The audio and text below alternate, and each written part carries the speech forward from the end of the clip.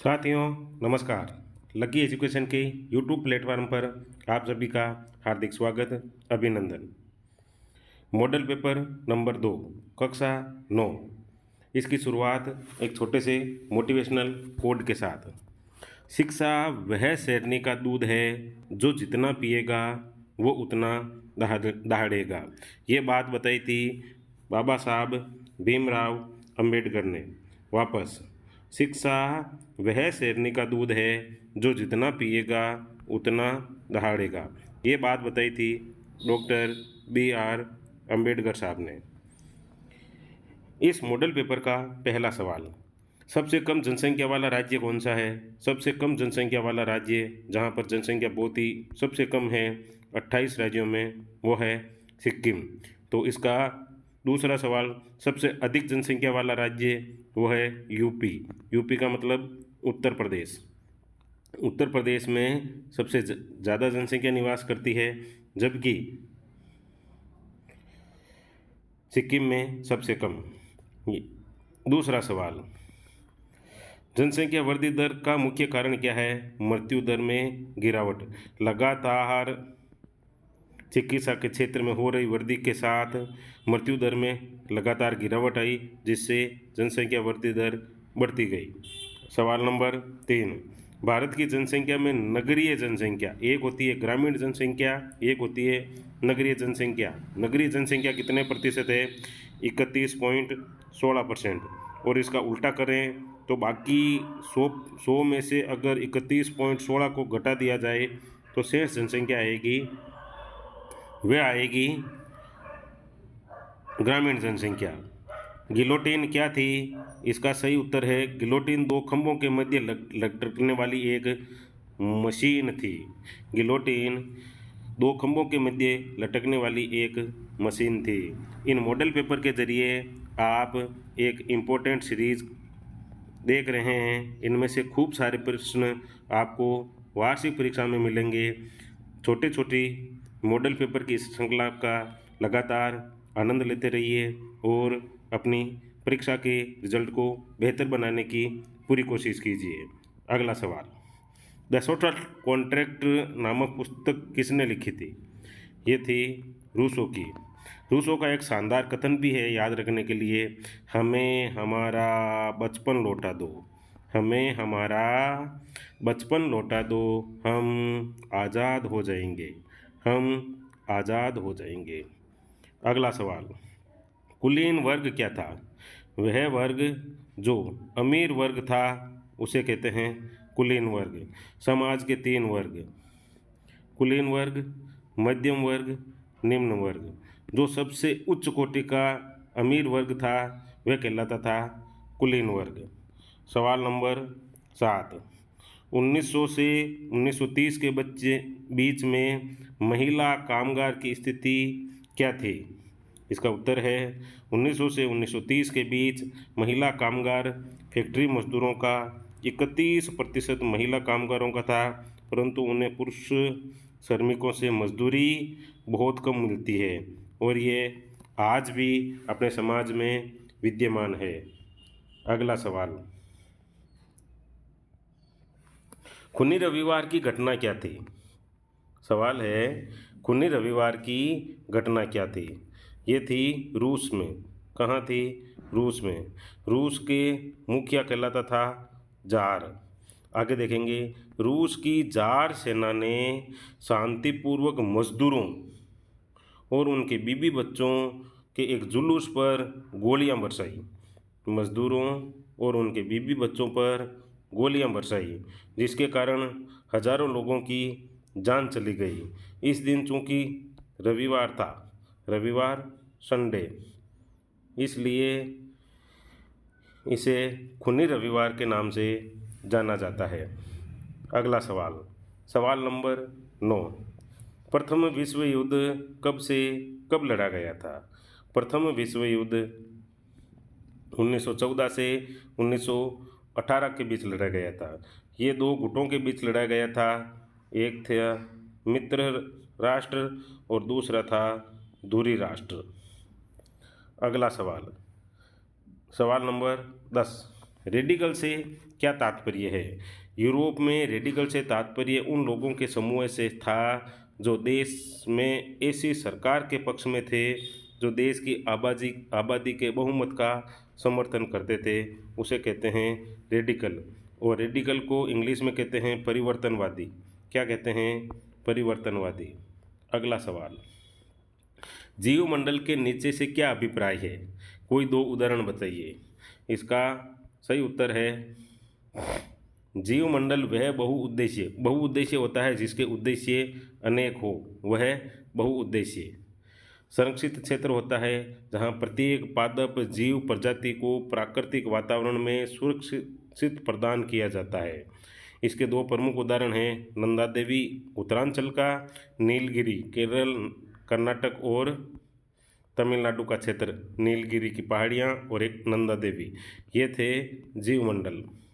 सवाल नंबर 12, 1900 से 1930 के बीच में रूस में महिलाओं की स्थिति, जो ये पहले भी सवाल आ चुका है, 31% महिलाओं कामगार में थी, परंतु उन्हें पुरुषों के बदले मजदूरी बहुत ही कम मिलती थी। अगला सवाल, लेबर पार्टी, बहुत ही अच्छा सवाल है। लेबर पार्टी का गठन कब और कहाँ हुआ था? लेबर पार्टी और कंजर्वेटिव पार्टी। ब्रिटेन एक ऐसा देश है जहाँ पर द्विदलीय शासन व्यवस्था है। द्विदलीय शासन व्यवस्था का मतलब वहाँ पर दो दल शासन करते हैं, एक है लेबर पार्टी, दूसरा है कंजर्वेटिव पार्टी। लेबर पार्टी का गठन हुआ था 27 फरवरी 1900 को। ये हुआ था लंदन, यूनाइटेड किंगडम में। और यूनाइटेड किंगडम मतलब यूके, और यूके का मतलब होता है ब्रिटेन। 1945 में आपको एक छोटी सी बात बता दूं, 1945 में चुनाव होते हैं ब्रिटेन में। वहाँ पर दो पार्टियां चुनाव लड़ती है, एक लेबर पार्टी, दूसरी कंजर्वेटिव पार्टी। कंजर्वेटिव पार्टी का नेता था चर्चिल। कौन था? चर्चिल। और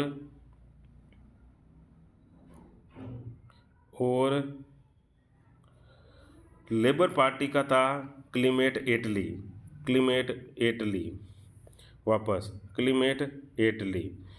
इस चुनाव में क्लीमेट एटली की लेबर पार्टी जीत जाती है। क्लीमेट एटली वहाँ के प्रधानमंत्री बनते हैं और ये लेबर पार्टी ही अपने देश को आज़ाद करने में महत्वपूर्ण भूमिका निभाती है। अगला सवाल, प्रथम विश्व युद्ध कब से कब तक लड़ा गया था? इस सवाल का सही उत्तर है प्रथम विश्व युद्ध 1914 से 1918 के मध्य लड़ा गया था। सवाल नंबर 15, किसी क्रांति के प्रमुख कोई दो कारण लिखो। यहाँ पर थे रूसी क्रांति के कोई दो प्रमुख कारण लिखो। पहला तो था युद्ध में रूस की पराजय हो गई थी, रूस हार गया था। और दूसरा है भूमि को सामाजिक संपत्ति घोषित करना। सामाजिक मतलब सार्वजनिक संपत्ति घोषित करना, मतलब संपत्ति किसी भी व्यक्ति की नहीं होगी, संपत्ति व्यक्तिगत न होकर सार्वजनिक हो जाएगी। अगला सवाल, धीरे धीरे छोटे छोटे प्रश्नों की श्रृंखला का आनंद लेते रहिए। सवाल नंबर 16, वन विनाश किसे कहते हैं? यदि किसी क्षेत्र में वन काटे जाएं, किंतु उसी अनुपात में यदि वनों की पुनर्स्थापन और विकास नहीं हो तो उसे वन विनाश कहते हैं। लगातार वनों का काटना लेकिन उन्हें वापस नहीं लगाना वन विनाश कहलाता है। सवाल नंबर 17, वर्साई की संधि की शर्तें लिखो। वर्साई की संधि की शर्तें बताइए। पहली शर्त थी, इस युद्ध में जो युद्ध हुआ था उसमें जर्मनी को जिम्मेदार ठहरा दिया गया था।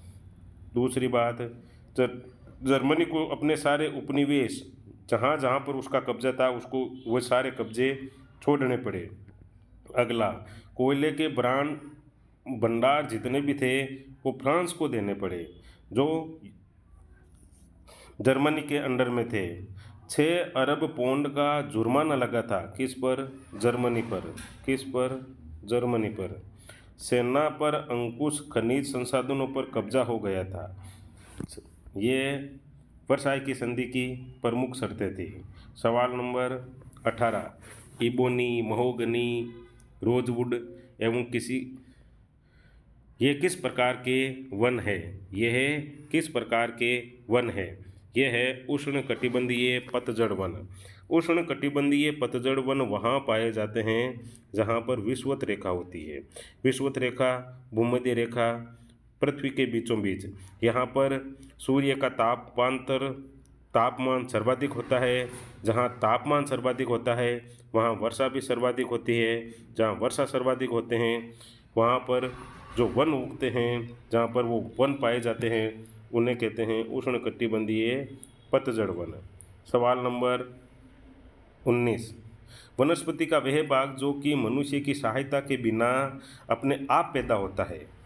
वापस, वनस्पति का वह भाग जो मनुष्य की सहायता के बिना अपने आप पैदा होता है, लंबे समय तक उस पर अपने मानवीय प्रभाव नहीं पड़ता, उसे क्या कहा जाता है?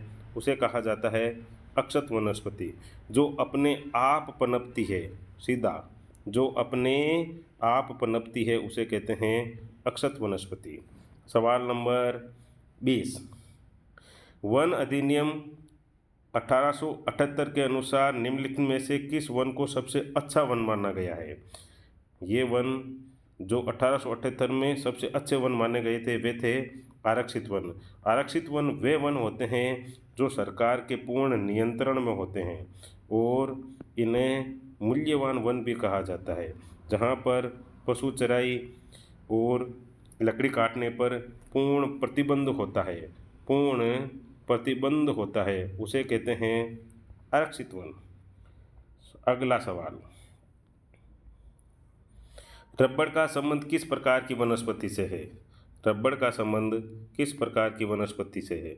रबड़ वहाँ पर पैदा होता है जहाँ पर वर्षा का अनुपात सर्वाधिक होता है और वो वन होते हैं उष्णकटिबंधीय वर्षा वन, जो मैंने आपको बताया था विषुवत रेखा के आसपास पाए जाते हैं। सवाल नंबर 22, फ्रांस के 1991 में बने संविधान के आधार पर सक्रिय नागरिक किसे कहा जाता है? सवाल है सक्रिय नागरिक कब? फ्रांस में 1991 में उन्हें कहा जाता था जिन्हें मताधिकार प्राप्त था। मताधिकार क्या होता है? मत देने का अधिकार। मत देने का अधिकार कहलाता है मताधिकार। ये 1991 में ऐसे शुरू हुआ जब फ्रांस की क्रांति 1789 में होने के बाद वहाँ पर संवैधानिक राजतंत्र से गणतंत्र आ गया। राजतंत्र से गणतंत्र आ गया, जबकि यहाँ पर महिलाओं को जो मत देने का अधिकार प्राप्त हुआ था वो हुआ था 1948 में। 1948 में। सवाल नंबर 23, निम्नलिखित में से किस दार्शनिक ने पूरी सभा द्वारा मतदान की मांग रखी, इसमें प्रत्येक सदस्य को मत देने का अधिकार होना चाहिए? देश में निवास करने वाले प्रत्येक व्यक्ति को मत देने का अधिकार होना चाहिए। ये बात कही थी रूसो ने। सवाल नंबर 24, बहुत ही अच्छा सवाल है। फ्रांसीसी क्रांति के पीछे समाज में के किस वर्ग का हाथ था? बहुत ही अच्छा सवाल है। ये था मध्यम वर्ग। इसका मैं थोड़ा सा वर्णन करके बताता हूँ। समाज में 3 प्रकार के वर्ग होते हैं: उच्च वर्ग, मध्यम वर्ग, निम्न वर्ग। उच्च वर्ग के पास संपूर्ण सुख सुविधाएं होती है। वापस, उच्च वर्ग के पास संपूर्ण सुख सुविधाएं होती है, इसलिए वह कभी भी क्रांति नहीं करता, क्योंकि वह तो सब संपूर्ण सुख सुविधाओं का भोग करता रहता है। निम्न वर्ग वह होता है जो अपना पूरा जीवन अपने पेट पालने के लिए करता है, पेट भरने के लिए करता है।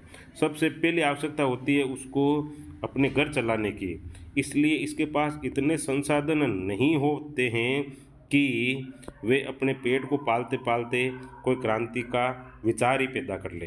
तब एक मध्यम वर्ग आता है जिसके पास कुछ तो सुविधाएं रहती है और कुछ सुविधाओं के अभाव के कारण वह वर्ग क्रांति करता है, वह वर्ग क्रांति करता है।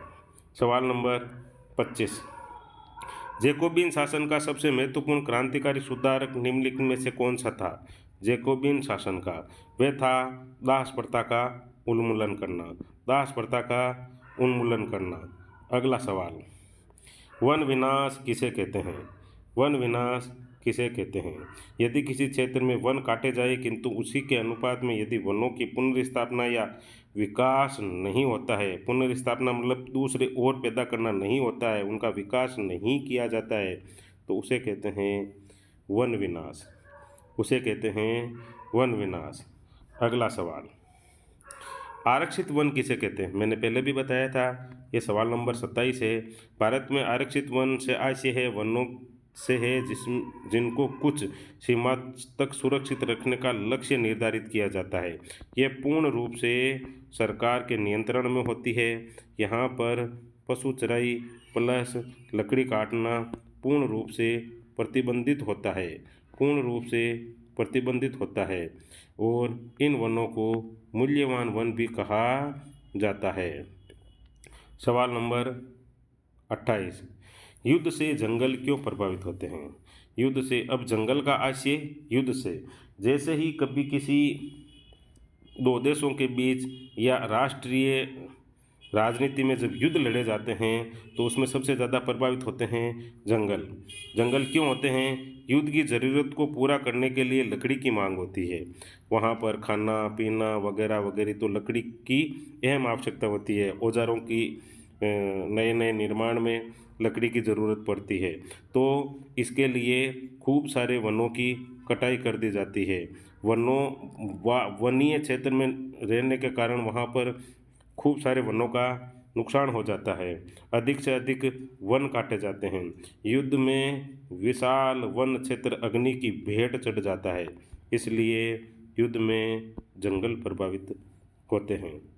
इजारेदारी का क्या आशय है? सवाल नंबर 29, इजारेदारी प्रथा एक तरह की पंचवर्षीय ठेके की व्यवस्था थी जिसमें सबसे अधिक बोली लगाने वाले को ठेके पड़ने अवधि में भूमि प्रदान कर दी जाती थी। अभी कहते हैं ठेके पर देने के लिए, वो थी इजारेदारी। इजारेदारी की मतलब होता है अपनी भूमि को दूसरे व्यक्ति को कुछ अनुपात में देकर फसल पैदा करना, वो होती है इजारेदारी। अगला सवाल, गुंडाथुर कौन था? सवाल नंबर 30, गुंडाथुर कौन था?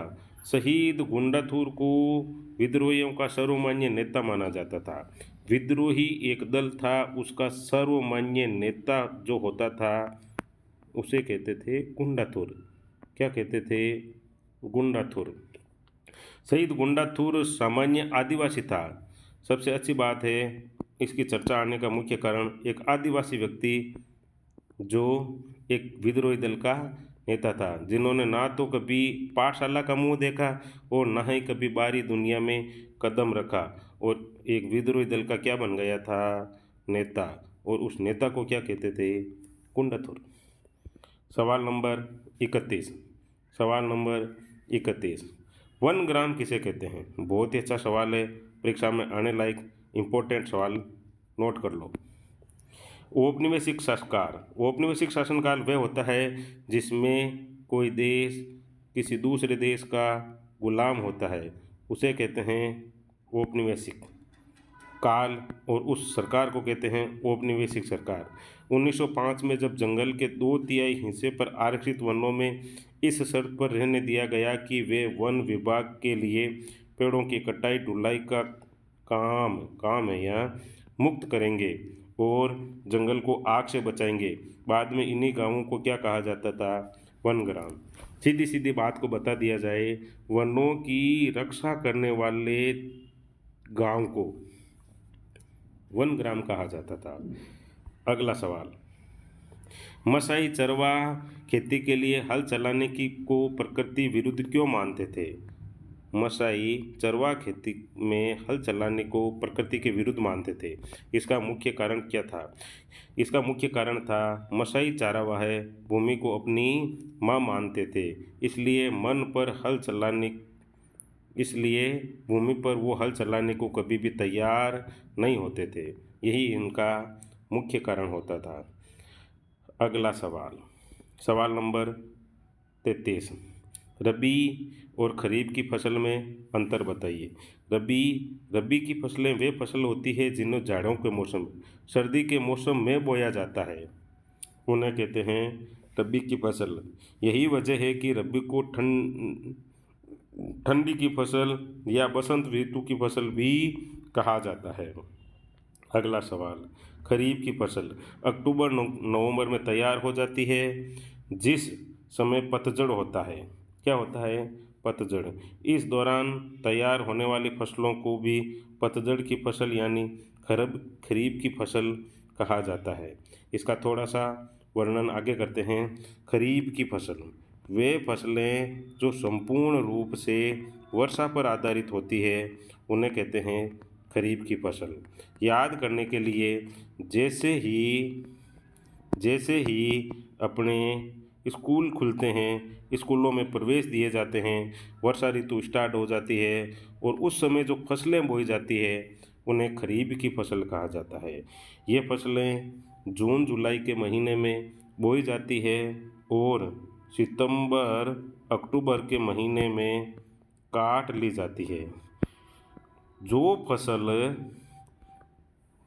फसल जिस ऋतु में काटी जाती है, बहुत ही इम्पोर्टेंट सवाल है। जो फसल जिस ऋतु में काटी जाती है वह उसका दूसरा नाम है। तो खरीफ की फसल का दूसरा नाम है, ये सर्दी का मौसम आते आते काट ली जाती है, इसलिए इसको कहते हैं सियाड़ू। क्या कहते हैं? सियाड़ू। दूसरा, रबी।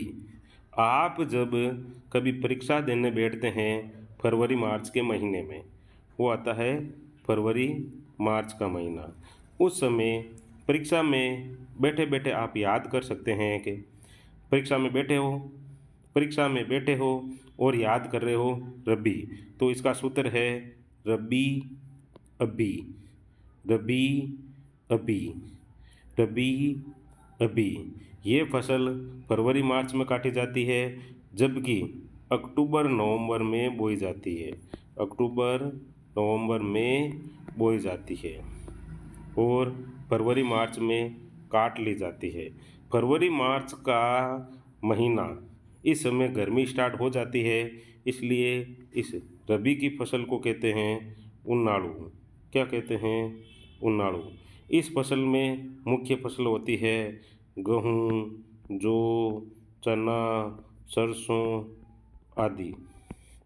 और खरीफ की फसल में होती है बाजरा, ज्वार, मोट, तिल, मूंग, चवड़ा, चावल आदि। तीसरी फसल आती है जायद की। तीसरी फसल आती है जायद की।